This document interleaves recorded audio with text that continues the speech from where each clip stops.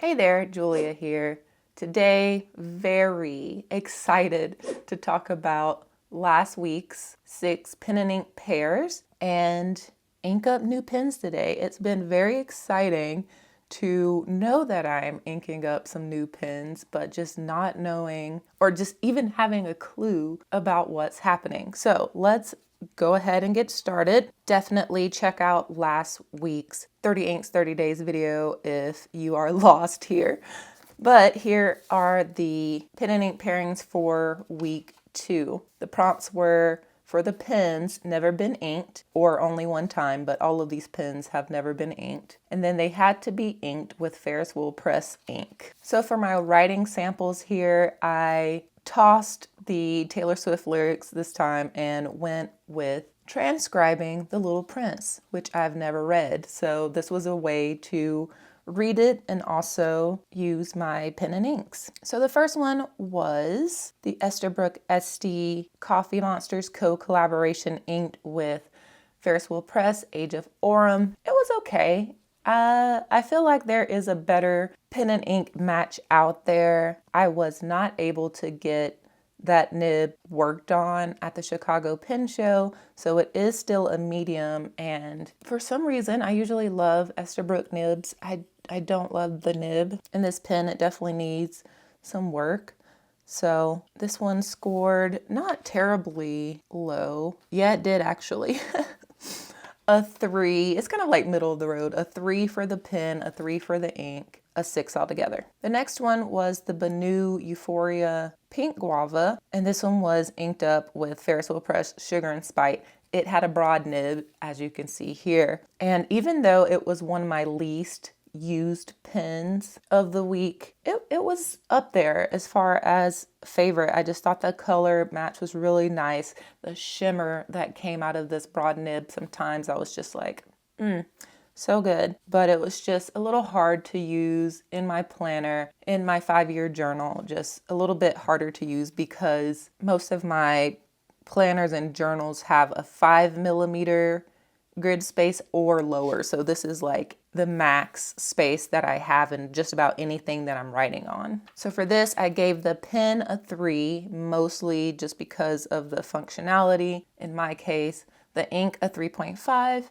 So the overall score was a 6.5. I love the way this page looks. All of the different cool tones. Up here we have the Narwhal Original Plus in Lavender Tetra, and that was inked with Ferris Wheel Press Harlequin Dream. And although I do really love this ink, the pen, it was just not great. I've mentioned this about narwhal pens and their nibs in particular. I just have a hard time with them. They're so hit or miss.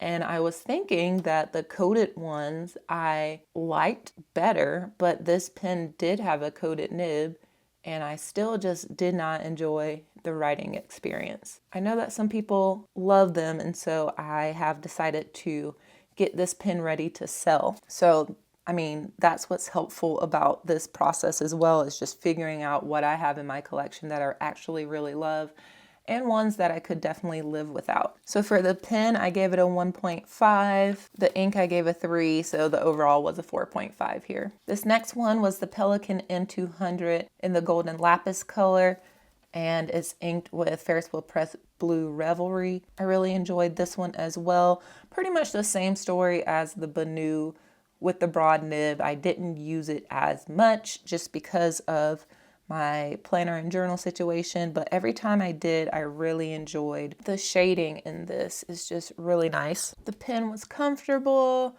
really had no complaints here. So I gave the pen a 3.5, again, the broad nib, the ink a 4, and so altogether we have a 7.5 here. The next one was the Stationery Universe River City Pen collab swirly Waves of Neptune pen, and that was inked up with Ferris Wheel Press Glistening Glass. It's been too long since I've used Glistening Glass. It's such a pretty ink. It's desaturated in a way that I enjoy. I didn't get too much of the shimmer in here. I don't even remember if I actually loaded shimmer into the converter or not, but I thought this was great. It wasn't the best like visual match, but I still enjoyed it. I don't know if you can tell up here how when you first start writing, there's not much shading. So yeah, as you can see up here, you don't get much shading. It's pretty solid there.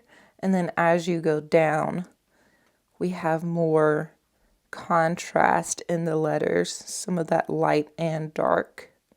So I didn't really love that. I do prefer less shading. I know, crazy, but that's sort of, I want the color, and I don't mind subtle shading. Like this isn't crazy, and this isn't crazy, but just thought I'd throw it out there. But this did score pretty high. Actually, it scored the same as this, but the pen and ink scores flopped. So the pen was a 4, the ink was a 3.5. Altogether, we have 7.5. And then finally, I had the Lamy All-Star in the Aubergine color inked up with Ferris Wheel Press Auroralis, a gorgeous dark purple ink with like pink shimmer. Yeah, you can see that there. Pink shimmer. And this one I reached for the most. The nib size, perfect for my planning and journaling. The color dark enough on that lighter Tomoe River paper. Smooth on this paper. Always a pleasure to open and see that bright green section. So I had a really fun time with this pen and ink pairing this past week. I put this pen on my Chicago Pen Show lanyard just because it was so reliable and I enjoyed it so much. So with that, the pen gets a 4, the ink gets a 4, and this combination gets an 8, and is the favorite for this week. So I have put that here, week 2, Lamy All-Star Aubergine with Ferris Wheel Press Auroralis. So that moves on to possibly be a favorite for the month. All right, let's talk about this week. I have the page all set up, but I don't have any prompts. So let me grab my buckets and let's do this. Bringing out the buckets. I will at some point put all of the prompts, maybe on the last of these videos, I'll put all the prompts that I have in here, either on the screen or down in the description if you want to do this yourself with these same prompts. But we have pen, we have ink. Let's do pen. Makers only. This is perfect since I got so many maker pens at the Chicago Pen Show. So I'm excited about this. And let's do the inks. Oh my gosh. There's like 3 of them stuck together. Come on. Never been in a pen. All right, so that's funny. Last week we had the pens that have never been used.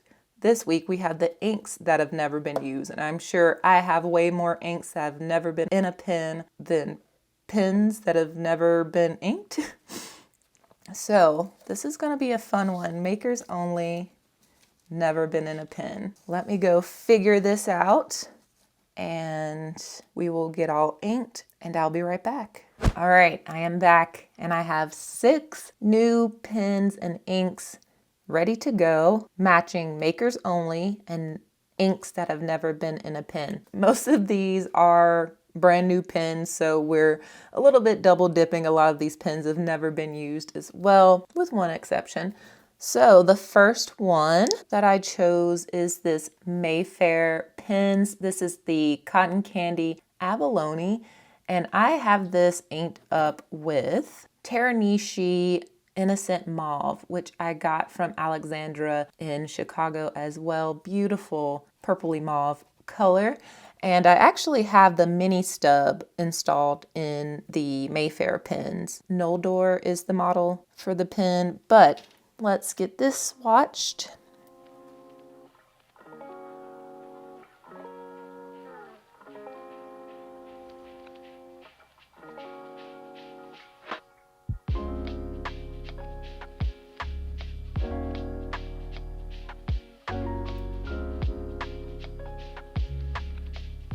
That is just so lovely. One thing I definitely love about Maker pens is the versatility with the nib, just being able to put in whatever nib I want. And so as you can maybe see there, this is an Esterbrook nib, but it is their mini stub, which is ground from a fine nib.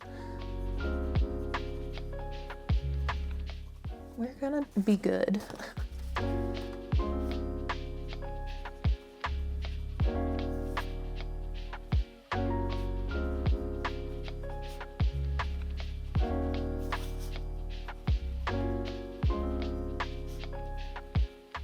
Barely in there. Next up is the Skogsy low volume eyedropper pen. And if you've seen my Chicago Pen Show haul / vlog, then I did talk about a little bit about how this pen works, but it is an eyedropper fill, but as you can see, it doesn't take up the entire barrel. It just has like a little channel in there that feeds the ink, and then this is just so fun to watch the ink kind of like move around. And so when I filled this, I added some silicone grease in the internal threads here. That was instructed for the first fill, just to kind of seal everything in so you don't get any leakage. But I have a medium nib on this. I'm pretty sure I got it with a double broad nib, but I wanted to go with a medium for this week, and I have it inked up with Ferris Wheel Press Festival Grove. So I got this ink a couple months back for being in the ambassador program, and I've just never put it in a pen until now. And it looks like it's going to be such a good match.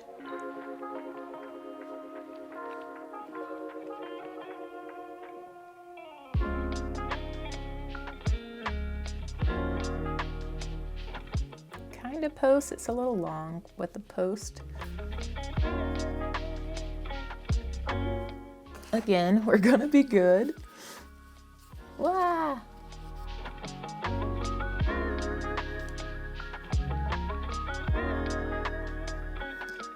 And even though this looks green to me, I think this is considered yellow because there is a more green version of this pen. We're working with a medium nib.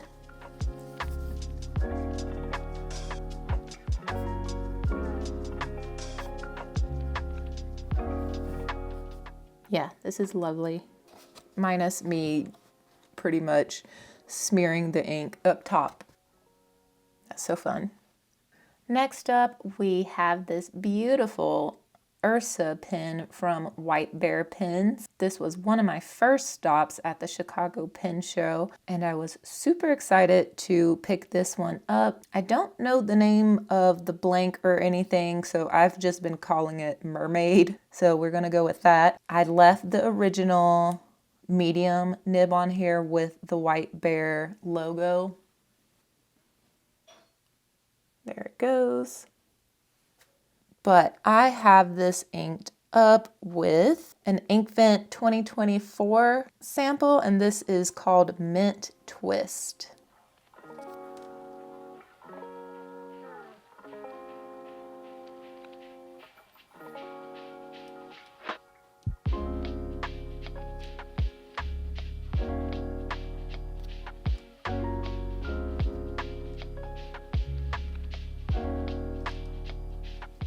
I kind of went with, matching the section here. It looks awesome. Does not post.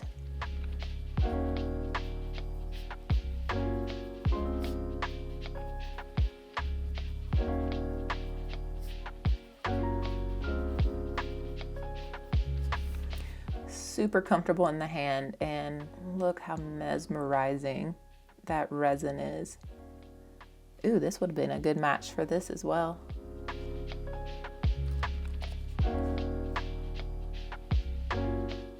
Next up, another Chicago Pen Show grab. This is from Artisan Ink Pens, and this pen is just so gorgeous. It's long and lean, and the colors shift so cool with different lighting. So it reminds me of like a little paintbrush or something.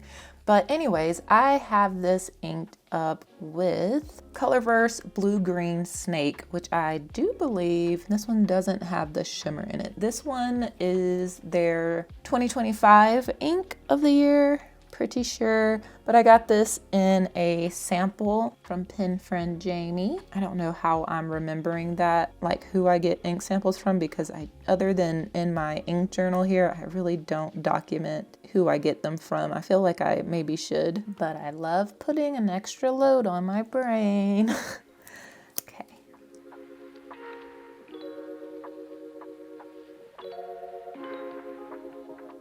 There were so many great ink matches for this pen, but it was a little hard to find one that I hadn't already used, just because I really love inks in this range, in this color range. Same with the purples as well. And I actually have a journaler nib installed in here. Ooh, this is also a really great match to this pen, maybe even more so. This is like the darker areas and this is like the lighter areas. Ooh, love it. And I don't know the model for this. So Artisan Ink Pens mostly sells from an Etsy shop in addition to pen shows. And so a lot of them just say bespoke fountain pen. And I didn't ask the name of this one as well as far as the color. So we're just gonna make up some stuff.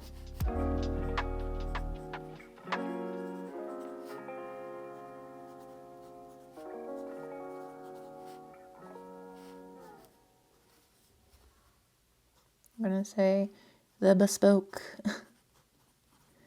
and it's gonna be teal shimmer with a journaler nib. Are we liking the colors so far? I am vibing them hard. Oh my God, maybe I should have inked it up with this. But this is also a great match for this. But they don't seem like the same color really. Crazy. Okay, the next pen is from Zodiac Pen Company. I actually got this the day after the Chicago Pen Show. I saw it at the show. I did not get it there, but I ended up grabbing it literally the day after I got back. So this is the Virgo model, and I really like this model. It's really comfortable and it posts. So very excited about that. Love the finish on it, and I don't know, something about it feels very like antique, but fun with the purples. So I have this inked up with not necessarily a match, because like I said, the purples that I haven't used were really hard to find, especially ones that I felt really complemented this type of purple. So I went with something a little different. This is Tono and Lynn's Chocolate Cosmos. And so I picked this because it's also had the same quality of color to me, like this antique look. And for some reason, I just thought it went really well with the pen without being too on the nose.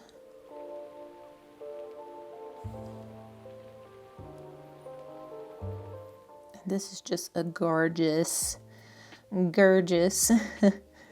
ink in general. Such an interesting color. Say like an antique red pinkish something. See, it matches, but not really. Anyways, I think this is writing a little dark right now anyways. There may be something else kind of getting out of the nib, but this is a fine nib that I have installed in here. Yeah, it's way dark. So I'm sure this will cycle through. Here we go, rather quickly. It's the Virgo model, and this pen was designed after, like inspired by those like conversation hearts that you get during like Valentine's time.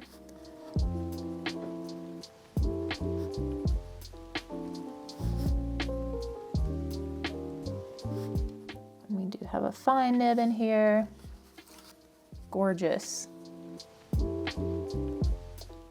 Next up, we have a pen from Bone Crusher 7 Studios. I haven't had this inked up in quite a while, but it was one of my first maker pens that I got at the Colorado Pen Show, I think 2.5 years ago, something like that.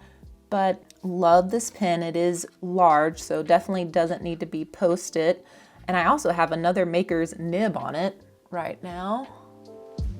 We have a Ryan Krusak nib on there, but this is the Velma model, sort of his main model. And this colorway, I didn't know to ask, and I did not ask, but I've just been calling this one Sumi E because it reminds me of like the ink in water type of deal. And so I really enjoy it. It does look really white probably on camera, but it is more of a cream color, milky type. I have this inked up with an ink that I know that hasn't been in a pen yet because I just got this ink. Warringal was super nice and sent over a few inks for me to check out, review, swatch, all of that.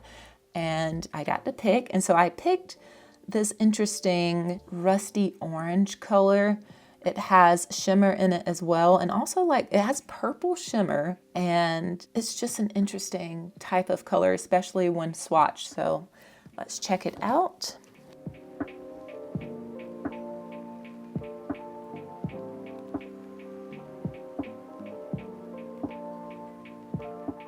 I also picked the Bone Crusher pen because of its color, so it left things a little more open as far as picking a matching ink, which is always nice. I mean, I know I don't have to match my pens to the inks visually, but it just makes me a happy camper for one, and for two, I just know about what color is going to be in the pen without thinking too hard. So that is why I do it that way. I'm gonna put this notepad here so I'm not struggling to get on the bottom of this page.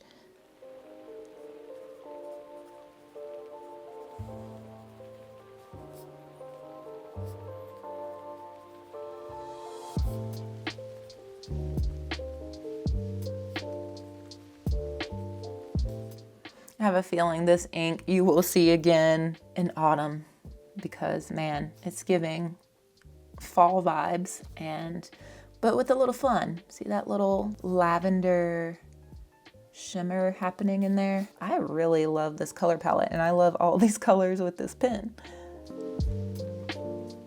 That's a good time.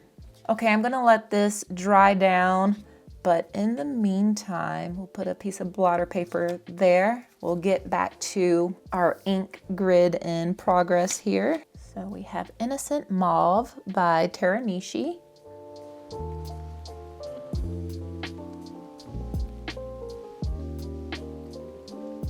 Festival Grove by Ferris Wheel Press.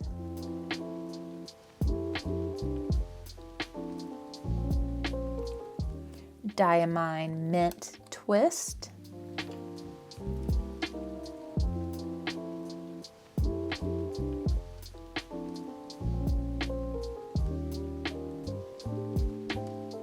Colorverse Blue Green Snake.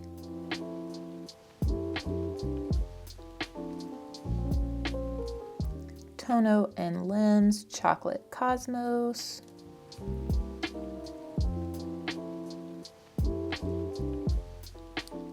And Warringal's The Star Child.